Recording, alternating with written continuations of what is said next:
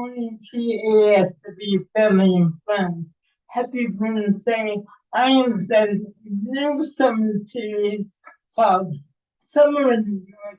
I'm so excited that we are going to be from New York City and we're going to spend many Wednesdays in New York City just exploring, finding out a lot of what goes on in terms of theater in New York City. I'll be sharing interviews, performances, have a whole bunch of surprises coming up on a lot of my Wednesday classes this summer. It's not quite summer yet, but it will be in a week or two. But we're kicking off our Summer in New York series by flying to New York. And once we get there, I'll share what we're going to talk about today. So let's do some moving and grooving as we leave LA and head to New York City. Okay?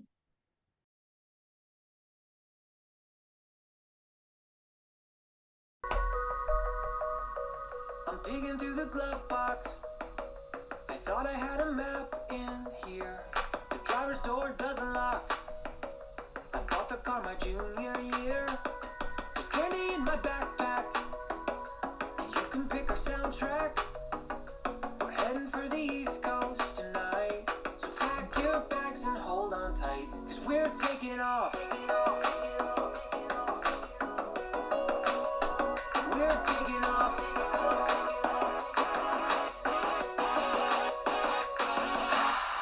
Run away with me.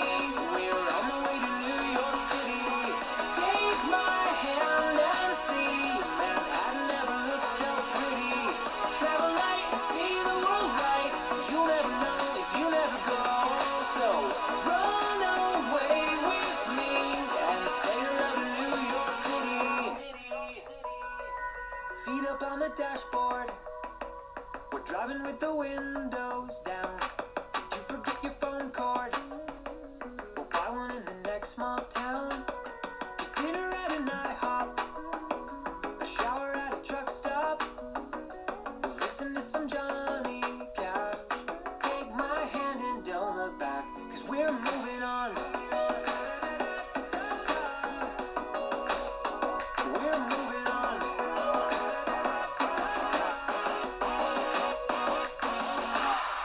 Run away with me. We're on the way to New York City. Take my hand and see. Manhattan never looked so pretty. Travel light and Alright, see guys, the it's right. this You will never know if stop. you never go. So run away with me and say you love New York City. Okay, guys, alright, guys, we have landed in New York. We are in front of the Samuel J. Friedman Theater, as part of the Manhattan Theater Club. We're here because we're going to learn about the Tony-nominated play Cost of Living. The Tony Awards are Sunday, and the play Cost of Living is up for Best Director, Best Play, Best New Play, Best Director, is up for Best and three actor awards, Best Featured Actor for David Zayas, and Best Featured Actress for Cara Young and Katie Sullivan. And the reason I want to talk about this play, Cost of Living, is two of the stars, Katie Sullivan and Greg Marzola, are actors who have disabilities. Greg has cerebral palsy. Katie is a W amputee.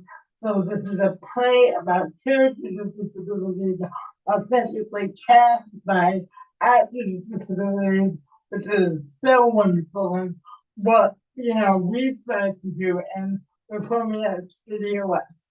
So what we're going to do is we're going to see a longer interview with Katie, a shorter interview with Greg, and then another interview some of the actors who came out and saw their opening night. And I don't know if I said, but it opened last year at the Manhattan, at the Samuel J. Friedman Theater on October 3rd and closed on November 6th. Well, thank you for the interview, and I'll see you on the other side. He got a mispronounced Greg's name as Greg Mosikawa. Greg Mosikawa.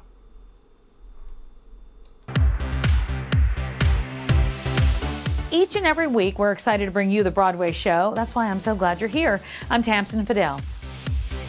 We've talked about it before, but 5 different Pulitzer Prize winners are on Broadway this fall. That list includes Cost of Living. It's a look into the forces that bring people together, the complexity of caring and being cared for, and the ways that we all need each other. Let's send it out to Paul Wontorek.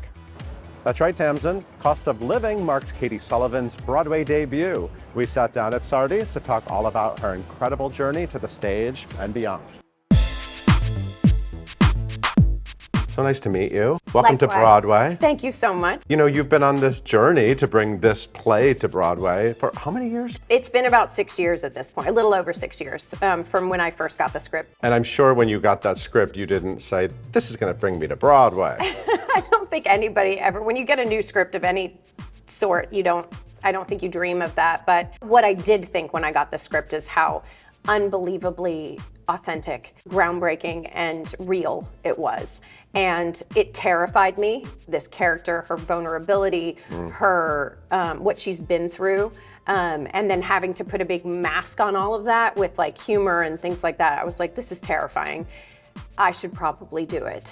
Yeah, she is a lot. The phrase that the kids use, zero F's to give, right? There's a lot of that energy in her. 100%. I feel like Ani has been through so much in terms of what her relationship has already gone through with sobriety and not being sober and all of these things and splitting up and getting divorced. And then on top of it, having this huge catastrophic accident that leaves her life completely turned upside down. Yeah. So coming at a character who's been through the gauntlet of life experience, there's very little that you have to do. It's all just sitting in the given circumstances is enough. The disability is almost like not the most interesting thing about her, which is what's so great about it for you, I'm sure, as an actress. I've done a lot of TV work where it's sort of it's either you're a hero or like something tragic's about to, you're about to be crushed by something, or you've rescued a kitten from a tree or something like that. I mean, it's like, and there's almost nothing in between, but to get this 3-dimensional character who's flawed, who's angry, who is not looked at as a victim or a hero was extraordinary. And she's in a wheelchair. You are not in a wheelchair. You actually had to learn how to be in a wheelchair for the role. Yeah, and she has different circumstances than I do. She's a quadriplegic, so she is paralyzed from the neck down. One of her arms has no movement. So like it's this whole kind of game that I've had to figure out physically of how does one sit still. And it is way more complicated and way harder than it looks to have all of this going on, all of this emotion, volume to fill a house and remain perfectly still. You were born without the lower halves of your legs. And from everything I've read, you've actually been extremely active since you were a baby, right? Yeah, I mean, I feel like I got my first pair of prosthetics when I was 1 because I just started to stand up like babies are like, we got stuff to do, like my bottle's over there, I gotta get it. So like my parents just sort of let me set the bar and they followed me and they were like, okay, she wants to walk, she wants to run, she wants to, they let me kind of really fall on my face and try things and figure out how to get back up and keep going. And I think that really has played a huge role in just my character and my life as an adult and a professional. I also love you said that your parents and your siblings never treated you like you were made of glass. That's true. Yeah. I mean, I was the youngest of 4 and I definitely got, picked on and noogied and, like whatever else. And no one ever in my family was like, oh, our poor disabled sibling or child we had stuff to do and this was part of our experience, but it didn't make up what we had to deal with on a daily basis. And I'm so grateful for that. You discovered acting really early on. It sounds like it became a dream when you were pretty young. I think when you saw Charlie and the Chocolate Factory. Yes, I saw a children's theater production in Alabama of Charlie and the Chocolate Factory when I was probably in like 2nd grade. And the girl who played Violet went to my school. It was like my brain exploded because I was like, wait, this is something that... How did she do that? How did I she could do that? And I was sort of like, hold my juice box. Like, let me up there. It's all I've ever wanted to do. I saw my first Broadway show when I was 17. I was on a school trip. We were leaving the theater and I just was sobbing uncontrollably. And my teacher came over and she was like, thought something had happened. She was like, what's wrong? What's going on? And I was like, I just want to do that so badly. Like, it's all I've ever wanted to do. But at that point in my life, I mean, obviously earlier, but even at 17, I had no one to point to say, this is possible. And I'm really glad that there are little girls out there now that have someone to point to and they can say, no, this is possible. Are you feeling more doors being opened now? There's a lot more discussion, I think, about all kinds of diversity in with performers. What are you sort of hoping moving forward? I mean, I'm picturing you in the Marvel Cinematic Universe. I mean, I would rock a latex suit like no one else. I feel like that'd be incredible. Yeah. So let's put that on the list. Right? I think that people are hungry for authenticity. And I think we're really starting to get tired of seeing, the first time I ever saw anyone who physically looked like me in a film was, Gary Sinise and Forrest Gump.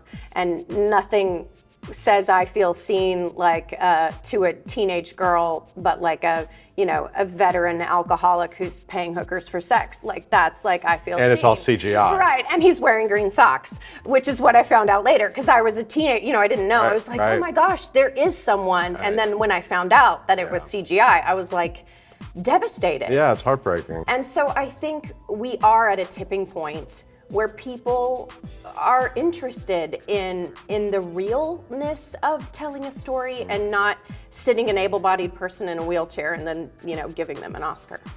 What about audience members? Have you been able to see the impact you're having? And it will probably be far-reaching, way beyond even the run of the show. There have been a couple of times. There was a young girl who was standing outside the theater. She had forearm crutches, and she just said, I just have to thank you because I've never seen anything like that before. And she was like, I'm really interested in acting, and I didn't think it was possible. And I was like, please don't give up. I was like, don't give up. Take classes. Go jump into a scene study class. Study, because that's the other thing that, specifically in the community of individuals with disabilities, is training. Luck is just opportunity meeting preparedness, and people need to be prepared to get up there and be ready for the moment. Right. You also became an athlete, almost sort of secondary to all of this. Right? Because someone told you about getting what are those prosthetics called that the runners use? Sort of, people call them like blades, like running. I used to call them running feet. Like they're carbon fiber. They're shaped like a kind of like a letter J. I put them on to try them for fun, for exercise, and I had never run before in my life before I was 25 years old. I just ended up tapping into this athletic ability that I didn't even know I possessed. I was like, well, what the heck? I might as well see where this leads. And it ended up leading to, American records and Paralympics and trips to the White House. I mean, it was bananas. So I was one of the first bilateral above-the-knee amputees to compete in ambulatory track in the world. First female American to do it, first athlete to do it internationally, and one of the first ones to get to the Paralympics on 2 feet, which is crazy. It was awesome. Amazing. Awesome. Yeah.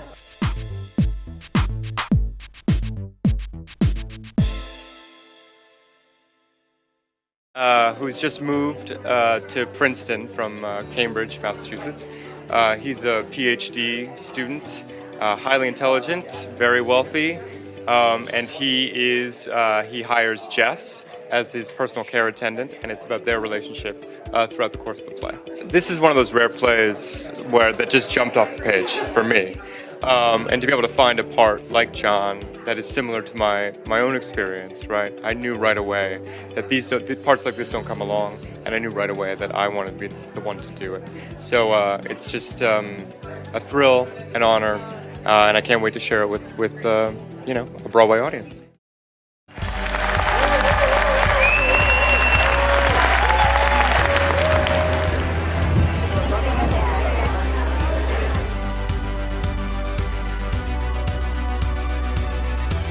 Well, fabulous writer, wonderful director, it's MTC, we're back. Jo Bonnie is making her Broadway debut tonight with Cost of Living. Martina, she's a playwright that I've admired and think is some of the greatest work right now of our generation. I'm just really rooting for her and for her to be at MTC, which feels like a real home for me. She writes about a world that I think for most people is just real life. You know, I saw this play off Broadway and it blew me away. What do you want to do for your birthday? The weather's supposed to be nice next month. It'll be November in New Jersey. I'm thrilled to be here for Martina Mayok's Broadway debut and for Disabled Stories on a Broadway stage. First of all, I love the playwright's work, and second of all, I'm so excited to see more of an embrace of performers with disabilities on our stages.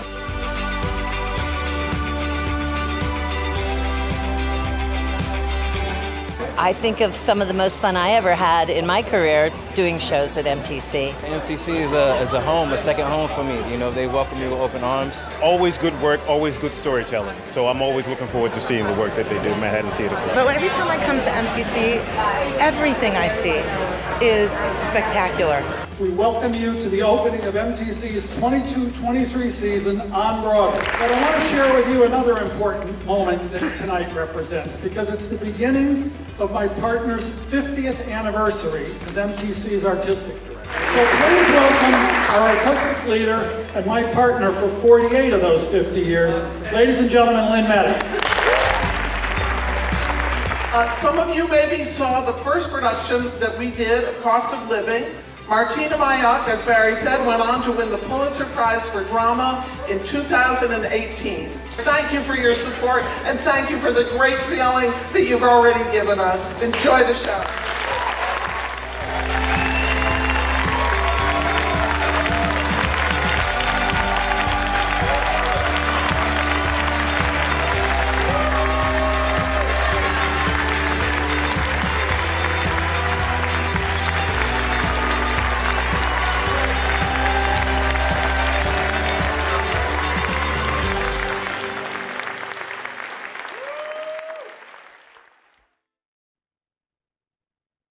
Alright guys, I hope you enjoyed that. Like I said, we're going to be seeing a lot of fun interviews and performances that really I can find during our summer in New York. But what I love about Cost of Living is it was authentically cast. We talked a lot about actors with disabilities having the opportunity to care for the disabilities. But Katie and Greg talked about that in their interviews, and I just wanted to share that with you. Katie I know Katie. She's a friend of mine, and Katie, I'm wishing Katie a lot of good luck. Then Sunday for the Tony Awards, I'm wishing to get that cast good luck. I hope they do well. I hope they win. We'll find out. Probably got my Monday class to be able to talk about it in my next Monday Zoom class who won. Alright? So let's get some more moving and grooving. I'll see you tomorrow in person and Friday on YouTube. Yeah, we're gonna turn it down a bit. It's a little Billy Joel, New York City, Manhattan.